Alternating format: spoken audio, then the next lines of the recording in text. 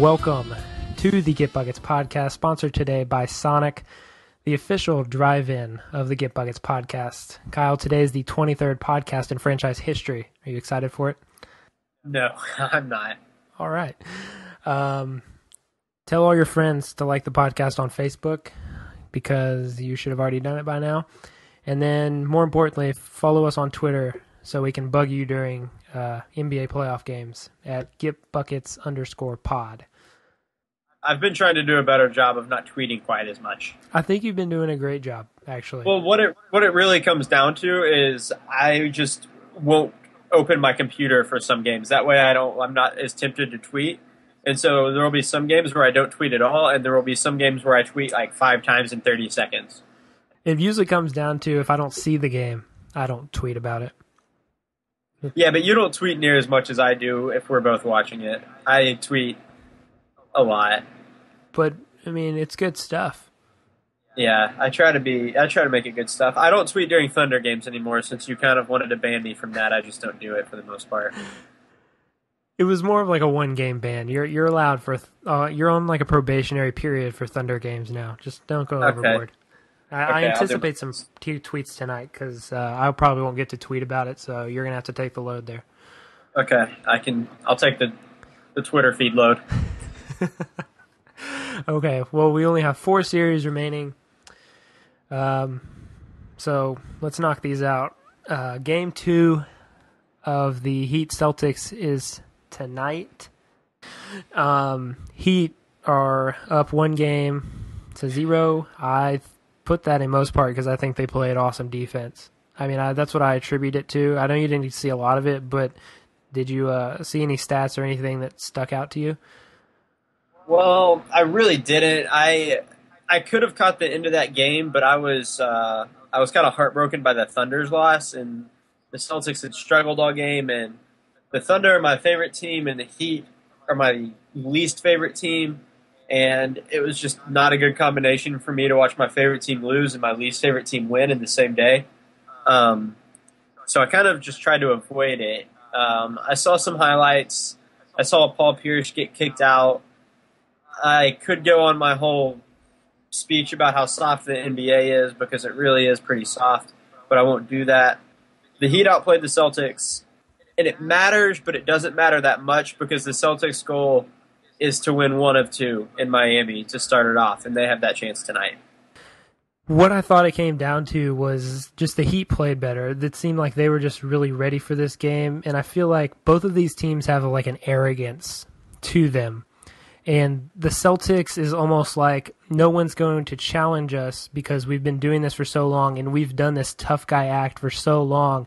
And I felt like the Heat kind of played the Celtics game, I guess, because for as long as I've remembered, the Celtics have always been the ones that are pushing people around and just kind of getting into it with people. And that's why no one likes the Celtics, because they have just a bunch of yappers and they get in your head. And I felt like that's what the Heat did. And I thought Doc Rivers said it best during one of those timeouts. He got on his team and he was like, "What did you think? They weren't going to touch you?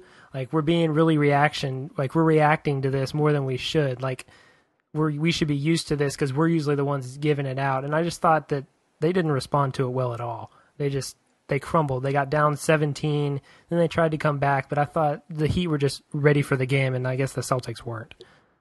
Yeah, I agree with you. I know Rajon Rondo didn't have a point or an assist in the first half and only played 1 minute in the second quarter because of foul trouble. And that really hurt the way the Celtics offense runs. And it really went to show you how valuable he really is. Kevin Garnett didn't have a good game. You know, Paul Pierce's first technical foul came after what, in my mind, has become a flagrant foul in the NBA. And I don't think that it should be a flagrant foul, but by rules, James Jones kind of went after his head a little bit, and most of the time you'll see either a flagrant or a technical just for that. But yeah, the Celtics got rattled, and they never really stood a chance. I mean, I know they fought back in it, but I think that was good for them going forward, but didn't necessarily mean anything in Game 1. Yeah, let's talk about, I guess, Paul Pierce and his ejection. And I would agree with you that probably should be called a flagrant, although I don't think it is. I think once we get into the playoffs, if you don't want someone to shoot a shot, and you get caught in the air, I feel like that's totally acceptable what James Jones did. But then Paul Pierce nudges him, gets in his face, and then James Jones flops on the ground, and then chaos breaks loose, and we start throwing out technicals like people want them. And no one really handled that situation very well. I thought James Jones had a fine play. Then Paul Pierce got upset about it. Then James Jones tried to flop, and then refs overreact and throw some technicals around. The technicals, and even if they would have called a flagrant, that wouldn't bother me. What I guess bothered me was that Paul Pierce reacted the same way, not the same way, the second time. And you can't throw someone out. The ref definitely overreacted when Dwayne Wade ran into him. But if you're Paul Pierce, you have to know the situation you're in. You're arguably the most important player on the floor for your team. And they know you have a technical. They're trying to upset you. Dwayne Wade purposely ran into him to try and start something, and he reacted exactly how they all wanted him to. I just think that was just stupid, and what we've come to expect from the Celtics is controlled and experience, and I just think that they had zero poise during any of the fourth quarter. Yeah, I mean, I completely agree with you. And on top of that first technical that Pierce picked up, and I agree with you that if you don't want a guy to shoot the basketball and you're in the air, I mean, do what you have to do. I'm fairly certain that back when Michael Jordan played, there wouldn't have even been a technical foul in that entire situation. It was kind of just a good hard foul, which, in my opinion, by league rules now, would be a flagrant. But it was a good hard foul, and Pierce didn't take kindly to it, and he shouldn't take kindly to it, and he got up in his face, and there was overreacting. But Pierce's second technical, where he got a technical for, and I quote, verbal taunting, is absolutely ridiculous. There wouldn't be a guy left on the court if verbal taunting got a technical every single time it happened. That's just a simple case of a referee overreacting, and Doc Rivers told the ref that was just two guys talking. Him not being in this game is on you, and he's exactly right. That was terrible officiating. As it was, I'm still going to defend the fact that it wasn't even, he didn't get the technical straight up. It was like 3 seconds later when he was walking away that he got it. And then this should never be called a technical, but you got to be smarter than that. This is what you play for. This is the playoffs. This is the fourth quarter. You're down 10. You can't get ejected from a game because you already have one technical. You can't afford a second. You've been in the league too long to do something that stupid. And I agree with you. And what he did was dumb. But if I were guessing, in Paul Pierce's head, he wasn't thinking, man, I'm going to say this and it could possibly result in a technical. I'm thinking that he was thinking, man, I'm going to say something that I hear people say so much worse to me on a nightly basis and not hear a single word about it, and it's not going to be a big deal. And then it was a big deal all of a sudden. I'm never going to defend Paul Pierce, so I'm glad someone's sticking up for him. He needs it right now. His mom doesn't even want to stick up for him. His mom's on my side.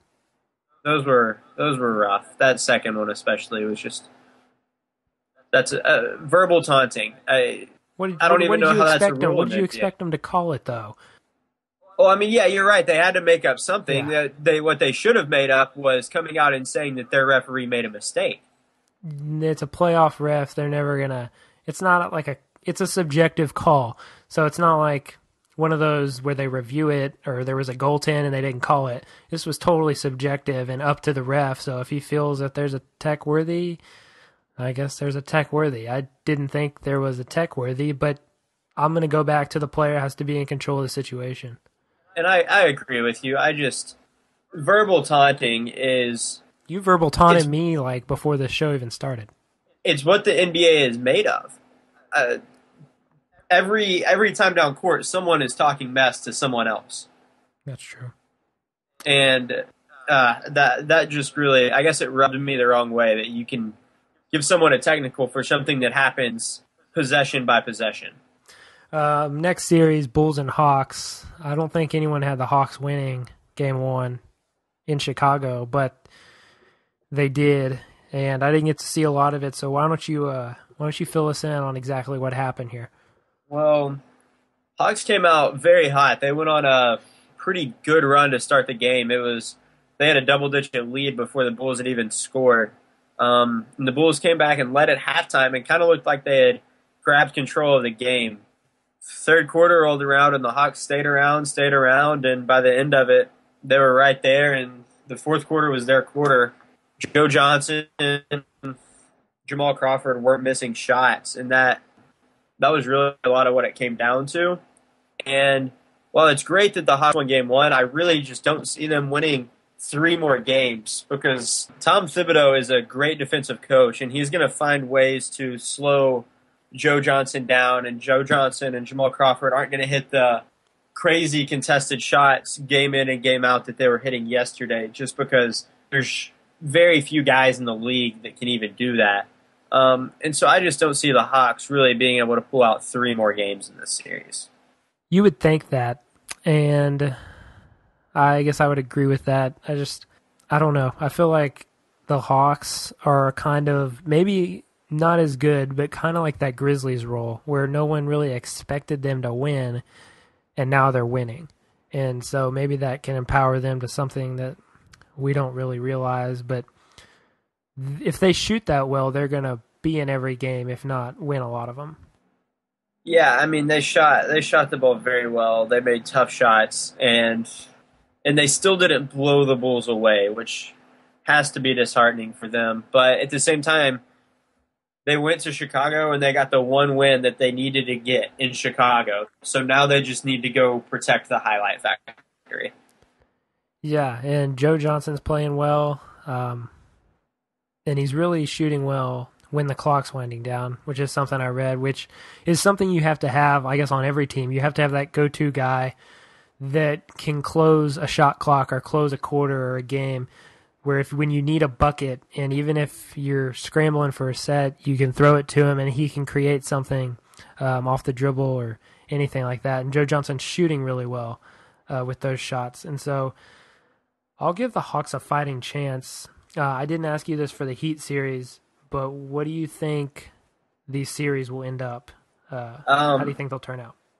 The Bulls-Hawks series, I'm going to say Bulls in 6. Okay. The Heat-Celtics series, I'm going to say Heat in 7. Okay. And in the Heat series, it's kind of wishful thinking, because I could see the Heat sweeping the Celtics. But I don't want that to happen. I want it to be a 7-game series, and I want it to be a slugfest, and I want it to be technical fouls every night, and I want it to be intense. So I'm kind of hoping for 7. Yeah, is it bad that I guess I enjoy the chippiness that those two teams, that they hate each other? And it makes it look, I mean, they care. It's not lovey-dovey, I'm going to come give you a hug after you beat me and I'm out of the playoffs. I'm going to be angry if we lose this game. Yeah. And I'm going to be angry if we lose this series. And I'm taking it personally. I agree with what you said. I could realistically see the Heat sweeping it. Just the Celtics didn't look ready, and they have a lot of work to do if they're gonna, I guess, get ready.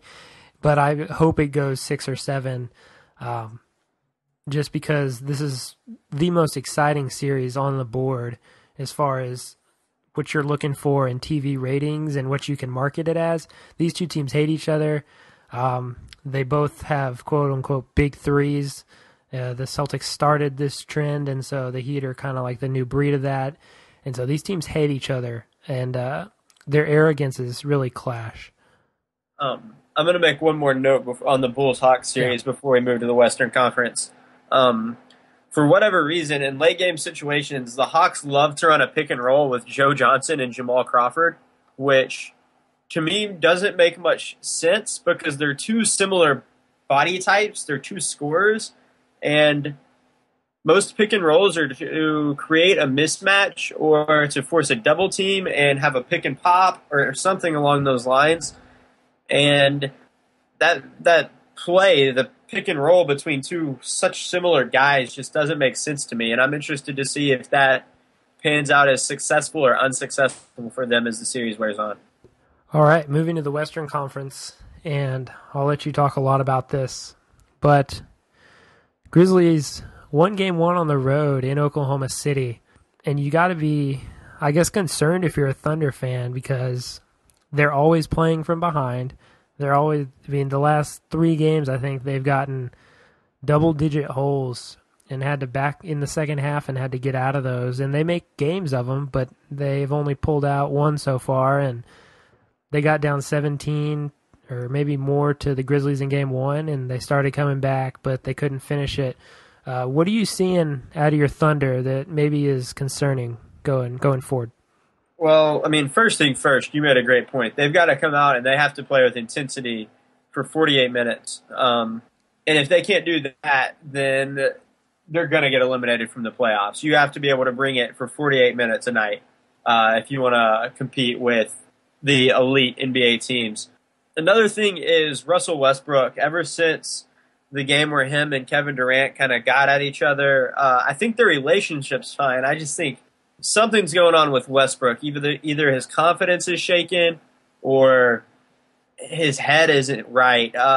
He'll kind of take shots when he maybe should pass the ball to an open guy, and then he'll pass the ball when he has more of an open lane to the basket, and his decision-making hasn't been the best.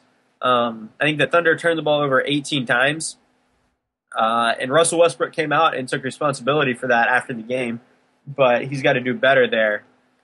And last, I think the Thunder have to dominate inside defensively. Gasol and Randolph absolutely dominated Ibaka and Perkins on the glass. They dominated them scoring the basketball, and that really, to me, is what hurt the Thunder the most, is just the Grizzlies ripped them to shreds inside. Yeah, I totally agree. It's something that you never would have expected to happen with those two guys, with Ibaka as long as he is, and Perkins, who has that defensive mentality. You would never expect them to be dominated on the glass, and they just got absolutely abused. And a stat on Westbrook, this is something that you should probably go tell your girlfriends immediately and see if they're really impressed or not. Russell Westbrook shooting 32% around the rim in half-court sets in the playoffs, which is not good because you're at the rim. You should be making a lot more than 32%. But in transition, he's making 60% at the rim. And so that's something that you can go blow your girlfriend's mind with later. Absolutely. But yeah, I think in the long run, the Thunder will be fine. They're, in my opinion, a more talented team. Kevin Durant's got to do a better job of not getting bodied off the ball by Battier and Tony Allen. I read today some opinions where they shouldn't run him off these picks. They should just try to isolate him a little bit and get him the ball. But whatever they do, they have to get him the ball in a position to attack. Yeah, you could tell once they get down, they're in. It's early in the fourth quarter where they really flip the switch, and it's almost like, okay, we're losing, let's go win a game. And that process needs to start a lot sooner. They should never be so content with being down 15 points because they're digging themselves massive holes, and they're showing great resiliency coming out of them, but they never make it all the way back. Yeah. Anything else on the Thunder you think we need to discuss? I mean, I really think that's about it. They just need to D up down low. They need to slow Randolph and Gasol down, and they'll be fine. I think they're the better team, but they have to play like it for 48 minutes. Definitely. Okay, last series, Lakers and Mavs, and the Mavs also won game one on the road, which actually means that the only team that didn't lose at home in game one would be the Heat. That's something I just realized when I read that. But Mavs won game one on the road, and it was a good game. It was definitely a good game, but something I'll attribute it to is the Mavs' interior defense. I thought was really good, and they kept Kobe out of the paint. Here's another stat you can share with your girlfriend. Kobe attempted 29 field goals, and not a single one was at the rim. And so he was all jump shots. He only had one field goal attempt inside 11 feet. And so when you're creating challenges for Kobe, that's one thing you want him to do. You want him to be a perimeter player. You don't want him to get to the hole easily. And so I thought that the Mavs did a great job keeping him out of the paint and making him work for his points. And he had a ton of points yesterday. but on 29 field goal attempts, and none of them were in the paint. Yeah, the Mavericks kind of continue to amaze me because you look at their starting lineup, and they start Jason Kidd, Deshaun Stevenson, Sean Marion, Dirk Nowitzki, and Tyson Chandler. Jason Kidd is one of the best point guards to ever play basketball, and I do believe that. But he is old, he is slow, he can't beat you off the dribble. He has a great vision of the floor, and he shoots a wide-open three very well at this stage in his career. Deshaun Stevenson really does not threaten you offensively. Sean Marion has to have someone else create him an open shot, or he cannot do anything offensively. Dirk Nowitzki is an MVP caliber player, and Tyson Chandler thrives off of alley-oops and putbacks. How do the Mavericks score points? Man. It is amazing. Yeah, definitely. I feel like it all comes back to Dirk Nowitzki creating so many matchup problems that if you double Dirk Nowitzki, the Mavericks move the ball so well while the other team's recovering that it turns into open shots for them. Because really, the only other guy on their roster that can beat you one-on-one and is really scary is Jason Terry, who played very well yesterday with the exception of that dumb foul at halftime. But it amazes me that the Mavericks are doing what they're doing with the personnel that they have. Yeah, I think that Dirk is going to go down as one of the most, I guess, underrated players that's ever played. I mean, someone that tall at 7 feet shouldn't move the way he does and shouldn't be able to cut and shoot, and he can shoot off of both feet, which if you don't understand what that means, most people, I guess, when you shoot some kind of fadeaway or step back, you shoot predominantly off the same foot. When he can shoot pretty much, I guess, the same off of both feet. And that's not something that's common. And just all of his shots look so unorthodox and off balance, but they're all so smooth and they look so rehearsed and practiced. And he's one of those guys that I hate the Mavs, but I respect. He's amazing to me. I respect everything he does, and people that tall and that large should not be able to move and do the things that he does on a nightly basis. And on top of the fact that he's 7 feet and it's going to be hard for you to block his shot anyways, he typically shoots a fadeaway with a knee up in front of him, creating even more space for him. And everything he does is just it's a joy to watch. And if he was a good defender, he would be one of the best players in NBA history. Definitely. How do you see this series working out? In my mind, I can't see the Mavericks continuing to score the ball very well against a pretty good Lakers defense. They're not going to get to the free throw line much. The Lakers allow the fewest attempts from the free throw line out of their opponents of any team in the NBA. I think the Lakers are going to end up winning this one in 6, maybe 7 games. Yeah, I don't know who to root for here. I hate the Mavs and I hate the Lakers, so I'm not going to pick anybody. We also didn't pick the Grizzlies Thunder series. Oh, I figured we were just, this podcast is pro Thunder, so I'll take, Thunder in 5 now? I'll go Thunder in 6. I'll take Thunder in 4. Oh, you're doing it. You're doing it. I did it. Literally not possible. All right. Well, that's our recap of, I guess. Hang on. Yeah. I've got one more rant to go on. Oh, yeah. I'm sorry. I totally forgot the late game situation. Okay. So the Lakers have the ball. What were there, about 3 seconds left last night? Yeah, I think it was about 2-8 or 2-9 or something. And they get the ball on a sideline inbounds play. And they run a pretty good play for Kobe Bryant. They get him an open 3, which he misses. And everyone immediately thinks, oh my gosh, I can't believe that Kobe Bryant missed that late game shot. But really what it comes down to is Kobe Bryant was so far out of his comfort zone because he had the best inbounds passer in the modern NBA sitting on the bench in Luke Walton. He had Derek Fisher throwing him a pass. Derek Fisher, it was not an acceptable pass. No, it was awful. Luke Walton would have had that ball on the money, and Kobe would have just been ready to explode and he would have. Luke Walton is just such a great inbounds passer that I don't know how Phil Jackson left him on the bench in that situation. He's a Hall of Fame coach, but there's no reason to leave the greatest A Hall of Fame inbounds passer. Exactly. I mean, there's no reason that he should have been on the bench. And he was warm. There was a Luke Walton sighting on TV. I don't know if anyone saw it. It was brief. I mean, he was up off the bench. He was coming in to give teammates high fives. His body was loose.